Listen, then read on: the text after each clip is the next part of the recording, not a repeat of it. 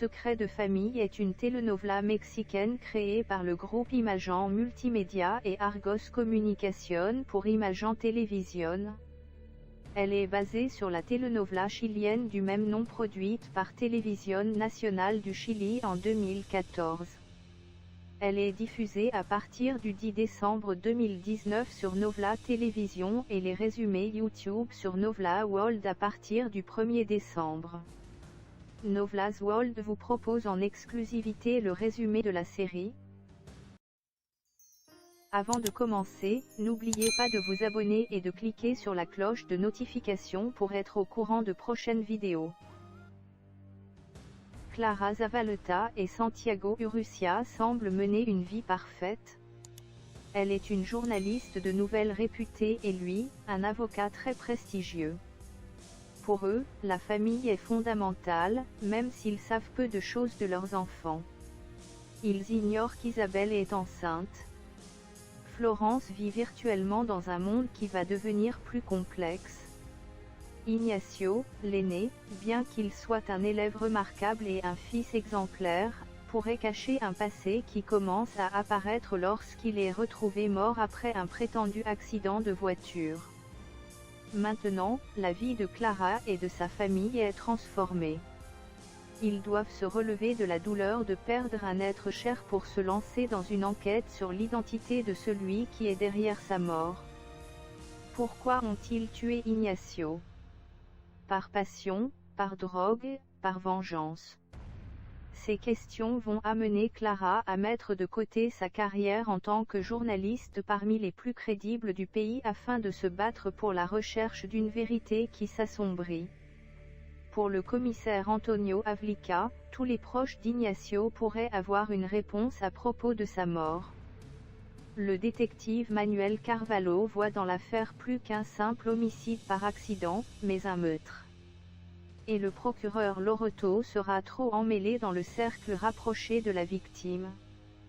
Combien de secrets ceux qui ont connu Ignacio seront-ils disposés à révéler? Son ami Gabriel va-t-il avouer que la dernière fois qu'ils se sont vus, ils ont été battus?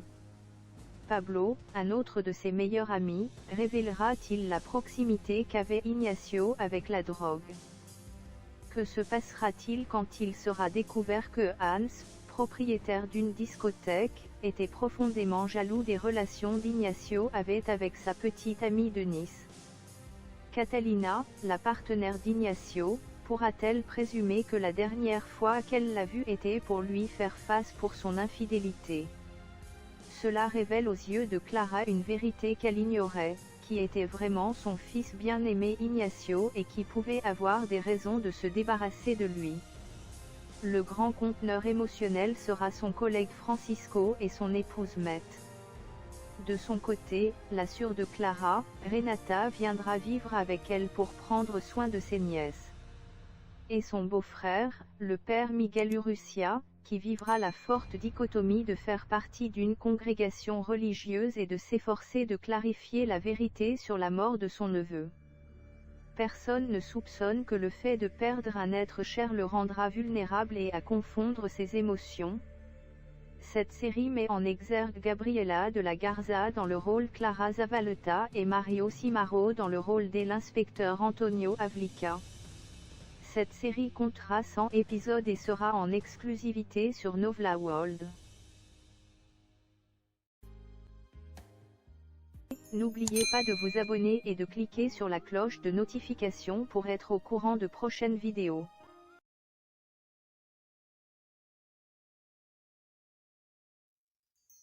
Avant de commencer, n'oubliez pas de vous abonner et de cliquer sur la cloche de notification pour être au courant de prochaines vidéos.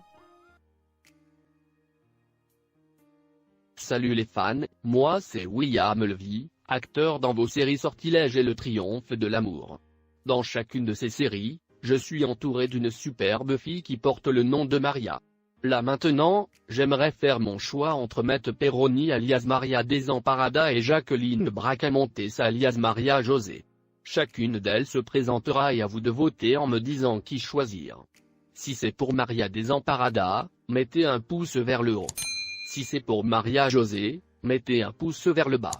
À vous de jouer. Salut mes chers fans. Je suis Maître Perroni alias Maria Desamparada. Je suis âgée de 36 ans. Je mesure 1,60 m et je fais 56 kg. Je suis actrice et chanteuse mexicaine. Si vous pensez que William doit me choisir, mettez un pouce qui tend vers le haut. Je compte sur vous. Salut mes chers fans. Moi c'est Jacqueline Bracamontes alias Maria José. J'ai 39 ans.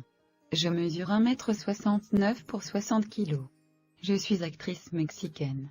Si vous pensez que William doit me choisir, mettez un pouce qui tend vers le bas. Je compte sur vous. N'oubliez pas de vous abonner et de cliquer sur la cloche de notification pour être au courant de prochaines vidéos.